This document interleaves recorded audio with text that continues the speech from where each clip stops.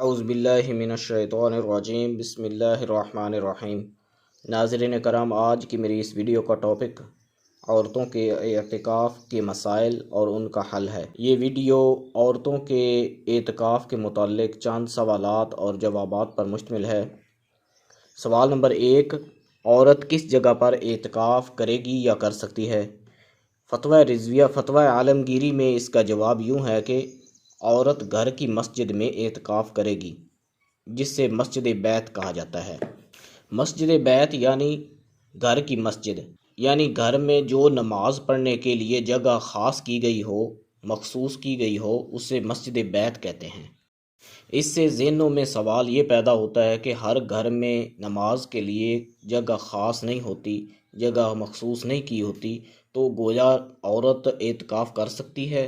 تو اس کا جواب کتاب فتویٰ عالمگیری میں کچھ یوں ہے کہ اگر گھر میں کسی جگہ کو نماز کے لیے خاص نہ کیا گیا ہو تو عورت اعتکاف نہیں کر سکتی، لہٰذا ایسی صورت میں گھر کی کسی جگہ کو اعتکاف کے لیے خاص کر لے، پھر وہاں پر اعتکاف کے لیے بیٹھ جائے۔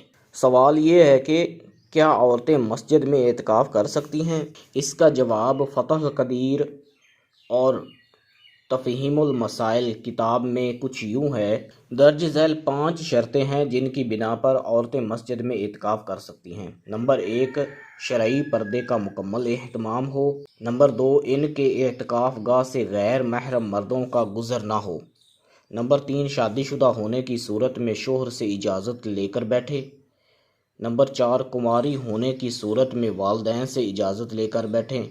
نمبر 5، اعتکاف کے دیگر مسائل اور شرعی قیودات اور احترام مسجد کی پابندی کریں۔ اگر مذکورہ شرائط کی پابندی نہ کریں تو سرے سے ان کا مسجد میں اعتکاف کرنا جائز نہ ہوگا۔ نیکسٹ سوال یہ ہے کہ کیا عورت اعتکاف کے دوران مسجد بیت میں بیڈ یا چارپائی پر آرام کر سکتی ہے؟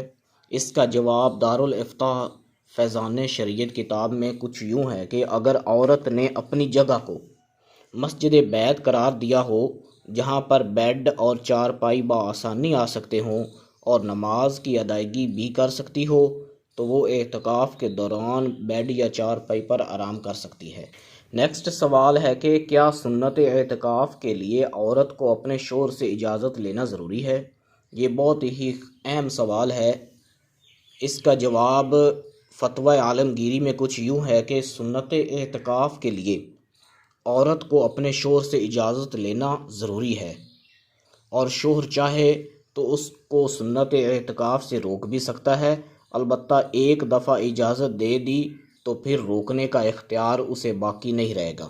اگر کسی عورت کا شوہر بیرون ملک گیا ہو تو پھر بھی اعتکاف کے لیے اسے شوہر سے اجازت لینا ضروری ہے۔ اگر کسی عورت کا شوہر بیرون ملک گیا ہوا ہو اور وہاں عورت کے پاس موجود نہ ہو تو اعتکاف کے لیے اسے شوہر سے اجازت لینا ضروری نہیں ہوگا۔ نیکسٹ سوال بھی بہت امپورٹنٹ سوال ہے، کیا عورت اعتکاف کے دوران اپنا کھانا پکانے کے لیے کچن میں جا سکتی ہے؟ اس کا جواب تفہیم المسائل میں کچھ یوں ہے کہ عورت کے لیے کھانا پکانے والا کوئی نہ ہو تو اگر مسجد بیت میں کھانا پکانا ممکن ہو تو وہ مسجد بیت میں کھانا پکائے، یعنی جو جگہ اعتکاف کے لیے مخصوص کی ہوئی ہے وہاں پہ کھانا پکانے کا ارینج ہے تو وہیں پہ کھانا پکائے، اور اگر مسجد بیت میں کھانا پکانا ممکن نہ ہو تو وہ کھانا پکانے کے لیے کچن میں جا سکتی ہے، لیکن جیسے ہی کھانا تیار کر لے فوراً کھانا لے کر مسجد بیت یعنی اعتکاف کی جگہ پر لے کر آئے اور وہیں پہ بیٹھ کے کھائے۔ نیکسٹ سوال یہ ہے کہ اگر عورت کو اعتکاف کے دوران حیض آ جائے تو کیا اس کا اعتکاف ٹوٹ جائے گا؟ فتویٰ عالمگیری میں اس کا جواب یوں ہے، اگر عورت کو حیض آ جائے تو اس کا اعتکاف ٹوٹ جائے گا، کیونکہ عورت کے اعتکاف کے لیے ضروری ہے کہ وہ حیض سے پاک ہو۔